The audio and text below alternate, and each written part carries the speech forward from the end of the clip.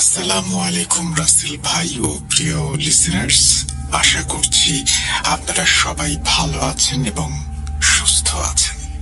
আমি সিফাত আলম বলছি চট্টগ্রাম থেকে। আজকের ঘটনাটি আমার সাথে শেয়ার করেছেন চট্টগ্রামের হালি শহরের বাসিন্দা আকরাম হোসেন। ঘটনায় প্রবেশের আগে রাসেল ভাইয়ের কাছে ঘটনার ভেতরের ভুল ত্রুটির জন্য ক্ষমা প্রার্থনা করে সরাসরি চলে যাচ্ছি ঘটনায়। এটা 1970 সালের কথা। তখন আমার দাদা পাকিস্তানের করাচিতে থাকতেন। আমার দাদার ভাষাতেই বলছি। করাচিতে ফিডার তৈরির একটা কারখানা ছিল আমাদের। কারখানায় তৈরি ফিডার সারা পাকিস্তানে চলতো। সে সময় বাংলাদেশকে বলা হতো পূর্ব পাকিস্তান, আর পশ্চিম অংশকে বলা হতো পশ্চিম পাকিস্তান। বাস্তবে আজ যে দেশগুলো আলাদা, তখন কিন্তু এক দেশেরই অংশ ছিল। আমাদের বেশিরভাগ মালামালই পশ্চিম পাকিস্তানের বিভিন্ন জেলায় যেত। প্রতি 3-4 মাস অন্তর ওইদিকে যেতে হতো টাকার হিসেব নিতে, বকেয়া তুলতে, নতুন অর্ডারের ব্যাপারে ঠিকঠাক করতে। একদিন আমার ভাইরা ঠিক করলাম এত বারবার যাতায়াতের চেয়ে ওই পাশে একটা ফ্যাক্টরি যদি সেট আপ করি, তাহলে এই ভেবে আমি সেখানে যাই। সে সময় আমার চোখে পড়ে এক বাঙালি মেয়ে। প্রথম দেখায় অদ্ভুত এক টান অনুভব করেছিলাম। মনে হলো যদি বিয়ে করি ওকেই করব, না হলে বিয়ে করার কোনো মানেই হয় না। অনেক কথাবার্তা, মান অভিমান, পরিবারকে বোঝানো, আত্মীয় স্বজনের নানান মতামত সব পেরিয়ে অবশেষে মনটা স্থির হলো। কিন্তু ঠিক তখনই অবস্থার পালাবদল। হঠাৎ সব ছেড়ে ছুড়ে আমাকে করাচিতে ফিরে আসতে হলো। তারপর দেশ 2 ভাগে বিভক্ত হলো। তবু আমার মন থেকে সেই বাঙালি মেয়ের সঙ্গে বিয়ে করার ইচ্ছেটা একটুও কমেনি, বরং দিনকে দিন আরো দৃঢ় হয়েছে। বড় স্বপ্ন, বড় দুঃসাহস, বড় কষ্ট। অবশেষে অনেক কষ্ট আর অনেক চেষ্টার মাধ্যমে আমি সেই মেয়েটিকে বিয়ে করতে পারলাম। বিয়ের পর তার পুরো পরিবার করাচিতে আমাদের কাছে চলে এসেছিল। প্রায় 1 মাস ধরে নানান হাঙ্গামা, কাগজপত্র, ওঠা বসা, আত্মীয় স্বজনের আসা যাওয়া সব চলল। তারপর এক সময় তারা বাংলাদেশে ফিরে গেল। একটা কথা বলি আপনাদের, আমার কাছে মনে হয় জীবনটা যেন হিমালয় টপকানোর মতোই। কষ্টের পথে হাঁটতে হাঁটতে অনেক কিছুই শেখা যায়। করাচির থেকে ইসলামাবাদ পর্যন্ত গাড়ি চালিয়ে যাওয়ার মতো দুঃসাহস করেছি আমি। আমার অভ্যাস হয়ে গিয়েছিল এটা। সেই অভ্যাসে এবং কাজের সুবিধায় আমি রাতেই রওনা দেওয়ার সিদ্ধান্ত নিয়েছিলাম প্রতিবার। ইসলামাবাদ থেকে যখন আমরা রওনা দিলাম, তখন রাত 10টা। গ্রীষ্মকাল চলছে, গরমে দম বন্ধ হওয়ার মতো বাতাস। তবু পাহাড়ি এলাকায় ঢুকলেই ঠান্ডার টান পড়ে। আমি জীবনে প্রথমবার পাহাড়ি এলাকায় গাড়ি চালাচ্ছি। সাথে বউ ছিল। তার আগে এমন পথ দিয়ে যাওয়ার কোনো অভিজ্ঞতা ছিল না। কারণটা স্পষ্ট, অচেনা পথ, অন্ধকার রাত, এক পাশে উঁচু পাহাড়, আরেক পাশে খাড়া খাদ। আমাদের মুখে সেই ভয়টা স্পষ্ট দেখা যাচ্ছিল। মনে হচ্ছিল যেন আমরা কোনো কাজে যাচ্ছি না, বরং যুদ্ধ করতে চলেছি। ভয়ের চোটে শুরুতে আমরা খুব বেশি কথা বলিনি, শুধু মনে মনে আল্লাহকে ডেকেছিলাম যেন দ্রুত নিরাপদে গন্তব্যে পৌঁছে যাই। শুরুতে ভয় কিছুটা সহনীয় ছিল। শহর পেরিয়ে যত ভেতরে ঢুকছিলাম, রাস্তা তত নীরব আর তত ভীতিকর হয়ে উঠছিল। কোথাও কোথাও রাস্তা যেন হঠাৎ থেমে গেছে, আবার নতুন করে শুরু হয়েছে। ডান দিকে গা ঘেঁষে উঁচু পাহাড়, ওপর দিকে তাকালেই মনে হয় পাহাড়ের গা থেকে যেন কিছু একটা খসে পড়বে। বামে তাকালে নিচে কালো অন্ধকার, সেই খাদকে মনে হয় চোখে না দেখলেও আকারে বুঝতে পারি। আপনারাই ভাবুন, প্রথমবার পাহাড়ি রাস্তায় গাড়ি চালাচ্ছি, সাথে আমার বউ, দুইজন মাত্র মানুষ। দিনের বেলাতেও যেখানে লোকজন ভয়ে ভয়ে যায়, আমি সেখানে রাতের নিবিড় অন্ধকারে গাড়ি চালাচ্ছি। গতি খুব ধীরে রেখেছিলাম, প্রায় হামাগুড়ি দেওয়ার মতো। মনে হচ্ছিল হেডলাইটের ছোট্ট আলোকে টেনে টেনে পথ উঠে আসছে। অনেকক্ষণ কোনো গাড়ি দেখিনি, রাস্তা যেন আমাদের জন্যই খালি। এরকম একটা সময় হঠাৎ একদম কাছে কোথাও প্রচন্ড বিস্ফোরণের মতন শব্দ হলো। জমাট নীরবতা কেটে বজ্রপাতের মতো আওয়াজ, সঙ্গে সঙ্গে গাড়ি ঝাঁকি খেল, স্টিয়ারিং কাঁপল, গাড়ি বেখাপ্পা হয়ে পড়ল। আমি দ্রুত সাইডে নিয়ে থামালাম। নেমে দেখে বুঝলাম টায়ার পাংচার। আমি গাড়িতে ফিরে এসে বললাম, দেখো, এটাই বাকি ছিল। গাড়ির ভেতরে যন্ত্রপাতি আছে, কিন্তু বদলানোটা আমি পারি না। কথাটা বলতেই বউ হেসে ফেলল, হালকা হাসির মধ্যে সাহস মেশানো গলায় বলল, চলো বাইরে নামো, আমি সাহায্য করি। আমার ভাইদের অনেকবার টায়ার বদলাতে দেখেছি, একটু হলেও অভিজ্ঞতা আছে। ওই হাসি আর আত্মবিশ্বাস আমাকে সাহস দিল। আমরা দুজনেই গাড়ি থেকে নামলাম। অন্ধকারে পাহাড়ের ধারে দাঁড়িয়ে টায়ার বদলানো সহজ কাজ নয়। তারপরও জ্যাক বসালাম, নাট খুললাম, স্টেপনি লাগালাম। বাতাসে ধুলো আর পাহাড়ি ঘাসের কটু গন্ধ, হাতে কালি, কপালে ঘাম। তখনই আমি বউকে চোখের ইশারায় জিজ্ঞেস করলাম, গাড়ির গ্লাস খুলে দেব? সে মাথা নেড়ে বলল, উফ, দরজাটা একটু খুলে কথা বলো তো।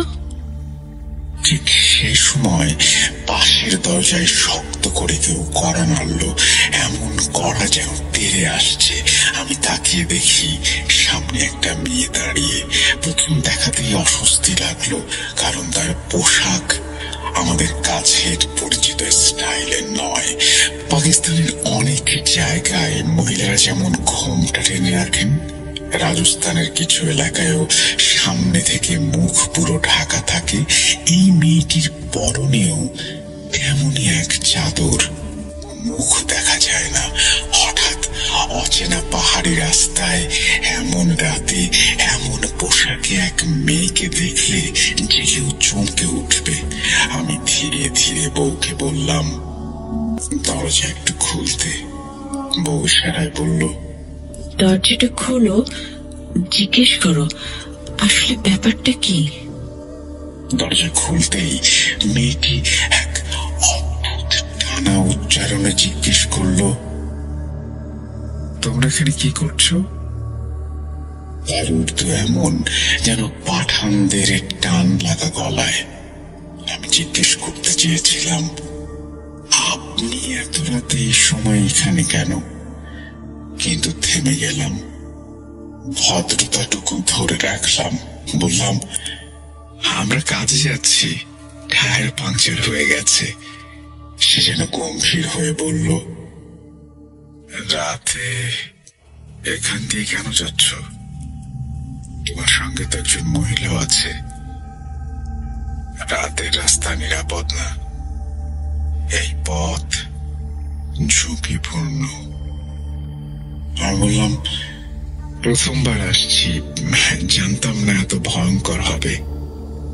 সে আবার সতর্ক করলো। কথাগুলো যত না ছিল সতর্কবাণী, তার চেয়েও বেশি ছিল অদ্ভুত। এরপর সে হঠাৎ ডান দিকে সরে নিচের দিকে নেমে গেল। আমি ভাবলাম হয়তো নিচে কোনো জনবসতি আছে। পাহাড়ি রাস্তার ঢালে গা ঘেঁষে ছোট বড় ঘর থাকে, আলোর বিন্দু জ্বলে। ওদিকে তাকিয়ে আমি বেশি ভাবিনি। আমরা তাড়াতাড়ি টায়ার বদল শেষ করলাম, কিন্তু গাড়িতে ওঠার সময় কৌতূহল হলো, মেয়েটা গেল কোথায়? রাস্তার ধার ধরে নামার কোনো সিঁড়ি বা পথ কি ছিল? আমি একটু এগিয়ে গিয়ে তাকালাম, আর যা দেখলাম তাতে গায়ে কাঁটা দিয়ে উঠল। যেদিকে সে নেমেছিল ওটা কোনো পথই নয়, ওটা সোজা খাদ। পাহাড়ের গা ঘেঁষে এমন ঢাল যে একজন মানুষ পা রাখার জায়গাও পাবে না। মনে হলো যদি সোজা রাস্তা ছেড়ে নামতে যায় এক নিমেষে খাদে পড়ে যাবে। বউ জিজ্ঞেস করলো, কি হলো? ওই মেয়েটা তো একেবারে খাদে নেমে গেল। সেখানে তো পা রাখারও জায়গা নেই, পথও নেই। ঘোর, তুমি হয়তো ভুল দেখেছো। ও হয়তো অন্য কোনো পথে চলে গেছে। দূর থেকে মনে হচ্ছে খাদ। না, আমি নিজের চোখে দেখেছি, এখান দিয়ে নেমেছিল। বউ আর কথা বাড়ালো না, বলল, যেখানে খুশি যাক, আমাদের কাজ গাড়ি চালানো আর দ্রুত পৌঁছানো। এখানকার কথায় মন দিলে চলবে না। আমি গাড়ি স্টার্ট দিলাম। আমরা আবার পথে বেরিয়ে গেলাম। কিছু দূর যেতেই বাম পাশে ছোট একটা ঘর চোখে পড়ল। দেখতে যেন মাজার বা ছোট মসজিদের মতো। মাথার উপর ছোট গম্বুজ, সামনে প্রদীপের মতো আলো জ্বলছে, কাঁপা কাঁপা। মনে হলো ঈশার নামাজ পড়ে নেই, কখন আবার সুযোগ পাই কে জানে। না পড়লে হয়তো নামাজ কাজা হয়ে যাবে। আমি গাড়ি সাইডে পার্ক করলাম।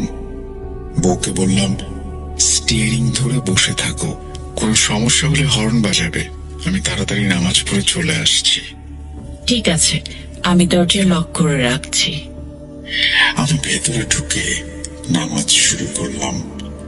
সেজদায় মাথা রাখতেই বাইরে থেকে হর্ন বাজানোর আওয়াজ শুরু হলো। প্রথমে একবার, তারপর একটু বিরতি দিয়ে আরো জোরে, যেন হাত কাঁপছে, ধারা আছে এমন হর্ন। তখন আর নামাজ শেষ করার মতো মানসিকতা রইল না। আমি নামাজ ভেঙে তাড়াতাড়ি বাইরে বেরোলাম। বেরিয়েই দেখি গাড়ি ফাঁকা। আমি যেন এক ফাঁকা রাস্তায় দাঁড়িয়ে আছি বলে মনে হলো, অর্থাৎ মূল সড়কের ধারে। গাড়ি যেখানে রেখেছিলাম সেখানেই আছে, কিন্তু ভেতরে কেউ নেই। আমি রাস্তার দিকে, পাহাড়ের দিকে, অন্ধকারের দিকে, সব দিকে তাকালাম। মনে হলো সামনে থেকে কেউ আসছে। কে? কাছাকাছি এলে চেনা শাড়ির আঁচল চোখে পড়ল। হ্যাঁ, আমার স্ত্রী। কাছে আসতে আমি বললাম, কি তুমি কোথায় গিয়েছিলে? কোত্থেকে এলে? আমি তো বলেছিলাম গাড়ি থেকে বের হবে না। ঠিক তখনই অবাক করা ব্যাপারটা ঘটল। সে এমন এক নারীর কণ্ঠে কথা বলল যে কণ্ঠ আমাদের কাছে সম্পূর্ণ অচেনা। টান টান উচ্চারণ, ভাঙা ভাঙা উর্দু। সে বলল, আমি তো বলেছিলাম এই রাস্তা নিরাপদ নয়।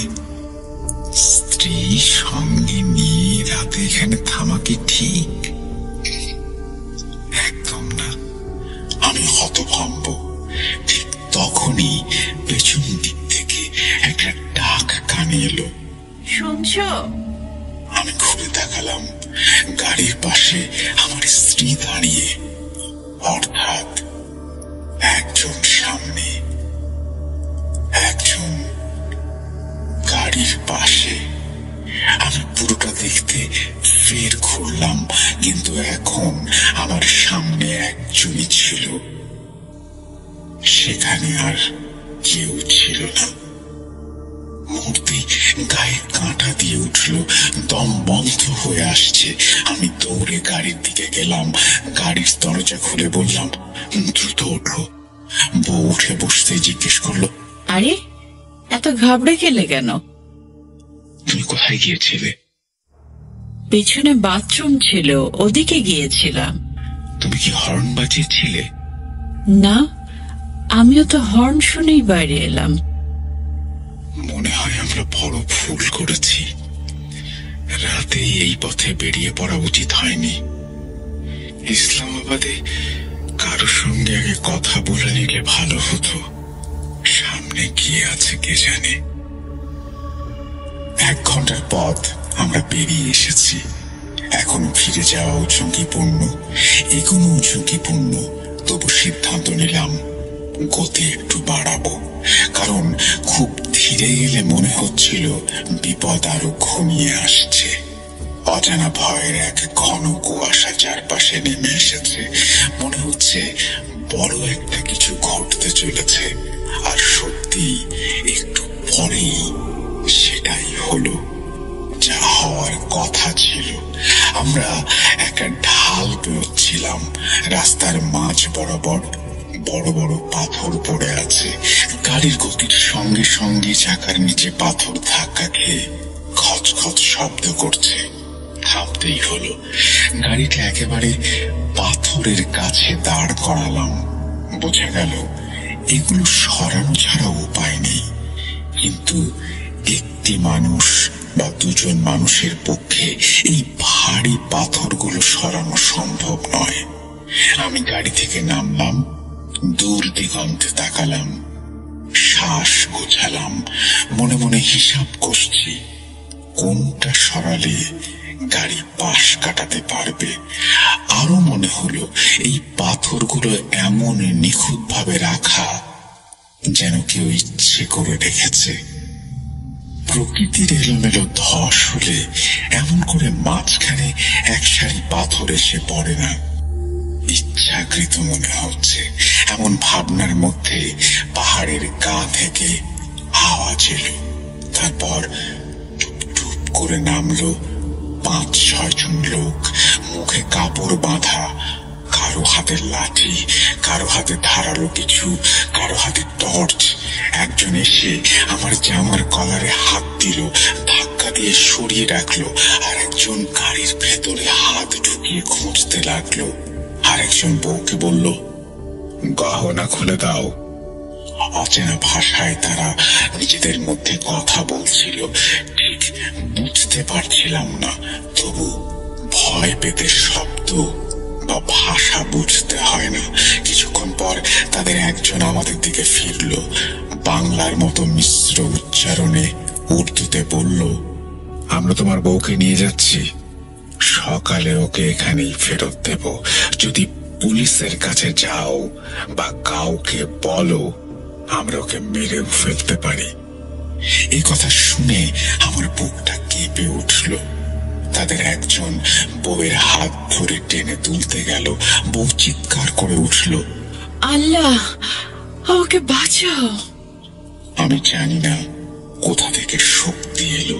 যে লোকটা আমার জামা জাপটে ধরেছিল তাকে ধাক্কা দিয়ে সরাতে চাইলাম, সরল না। আমাকে এমন শক্ত করে চেপে ধরলো যেন আমার এই শ্বাস বন্ধ হয়ে যাবে। ধস্তাধস্তিতে কাঁধে আঁচড় লেগে গেল। জ্বালা করছে। ওকেও তারা রাস্তার ধারে টেনে নিচ্ছে। আমার চোখ ঝাপসা, মগজে শুধু একটাই কথা ঘুরছে, আল্লাহ আমাদের বাঁচান। আমি মনে মনে দোয়া পড়তে লাগলাম।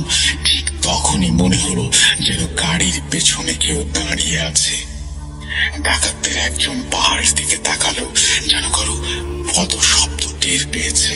পাহাড়ের গা থেকে বিশাল একটা পাথর গড়িয়ে এলো, কিন্তু গড়িয়ে আসা নয়, যেন কেউ ছুড়ে দিয়েছে। ধূপ করে এসে পড়ল ডাকাতদের একজনের উপরে। এতটাই ভয়াবহ আঘাত যে সে সোজা পাথরের নিচে চাপা পড়ে গেল। দৃশ্যটা আমার চোখের সামনে ঘটল। বাকিরা এক মুহূর্তে স্তব্ধ। তারপর যা হয়, তারা ছুটে পালালো যে যার মতো। অন্ধকারের দিকে। আমাদের গা থেকে সেই দম চাপা হাত সরে গেল। আমি ছুটে গিয়ে বউকে ধরে রাস্তার ধারে বসালাম। শ্বাস প্রশ্বাস স্বাভাবিক করার চেষ্টা করছি। বউ কাঁপছে। কাঁধে হাত রেখে বললাম, চলো উঠে বসো, এখনই বেরিয়ে যাই। ঠিক তখনই এমন এক কণ্ঠস্বর কানে এলো যে আমি চিনে ফেললাম। সে বলল, দ্রুত এখান থেকে বেরিয়ে যাও। কণ্ঠটা সেই চাদর ঢাকা মেয়েটির। তার উচ্চারণ, কথার তাল, তার ভাঙা উর্দুর টান সব এক। হাজার কণ্ঠের মাঝেও আমি ওটাকে আলাদা করে চিনতে পারি। আমি এক সেকেন্ড দেরি করলাম না। বউকে ধরে গাড়িতে তুলে বসলাম। স্টার্ট দিলাম, গাড়ি ঘুরিয়ে দিলাম ইসলামাবাদের দিকে। যেভাবে সম্ভব, যতটা দ্রুত সম্ভব। পাহাড়ি বাঁক, ওপরে ওঠা, নিচে নামা, চাকা মাটি ছুঁয়ে চলা, সবই এক টানে। পেছনের আয়নায় এক ঝলক দেখতে পেলাম রাস্তার ধারে দাঁড়িয়ে আছে সেই মেয়েটি। তার মুখ তখনও ঘোমটার আড়ালে। আজও যখন এই কথাগুলো মনে করি আমার বুক কেঁপে ওঠে। যদি সে না আসতো, যদি সেই সতর্ক বার্তা না দিত, যদি সেই পাথরটা না পড়তো, তাহলে আমাদের কি হতো কল্পনা করতেও ভয় লাগে। আল্লাহর অশেষ রহমতে যে আমরা বেঁচে ফিরেছি, আর সেই অচেনা কণ্ঠস্বর, সেই ঘোমটা ঢাকা মুখ আজও সেই কারণে আমি ভুলতে পারিনি। আমি যতবার ভাবি, চোখ থেকে টুপটাপ অশ্রু পড়ে। মনে হয় মানুষের জীবনে এমন কিছু রাত থাকে যা একবার দেখলেই সারা জীবন ছায়ার মতো পিছু নেয়। সেই রাতটা আমাদের জীবনে ঠিক তেমনই এক রাত, যেখানে ভয়, কৌতূহল, প্রার্থনা আর রহস্য একসঙ্গে হাত ধরে চলেছিল। আর আমাদের পরীক্ষা নিয়েছিল প্রতিটি বাঁকে। তার পরের অংশে বলার মতো কিছু নেই। আমরা রাস্তা ছেড়ে মূল সড়কে এসে পড়লাম। শহরের প্রথম আলো চোখে পড়তেই বুকটা একটু ফুরফুরে হলো। গাড়ির ইঞ্জিনের গুনগুন শব্দ তখনও কানে বাজছে। বউ খুব চুপচাপ। আমি কিছু বলিনি, শুধু স্টিয়ারিং শক্ত করে ধরেছিলাম। আমরা দুজনেই জানতাম সেই রাতটা আমাদের জীবনের গল্পে এক অদ্ভুত অধ্যায় হয়ে থাকবে। আলাদা করে কারো কাছে প্রমাণ করার কিছু নেই। আমরা যা দেখেছি, যা শুনেছি, তা কেবল আমাদেরই দেখা, আমাদেরই শোনা। কিন্তু তাতে কি সত্য কমে যায় না, বরং সেই অনুভূতির রং আরো গাঢ় হয়। আমি আপনাদের কাছে বলি, আপনারাই বিচার করুন। আমরা কি কেবল ভয় পেয়েছিলাম, নাকি সত্যি অদ্ভুত কোনো এক রহস্যে নিজেদের জড়িয়ে ফেলেছিলাম? মোটামুটি এই হচ্ছে ঘটনা। এটা বলেই সিফাত আলম তার ঘটনা শেষ করেছেন। আশা করছি এই ঘটনাটি আপনাদের ভালো লেগেছে। যদি ভালো লাগে অবশ্যই আমাদের জানাবেন। আমরা চলে যাব আমাদের পরবর্তী ঘটনায়।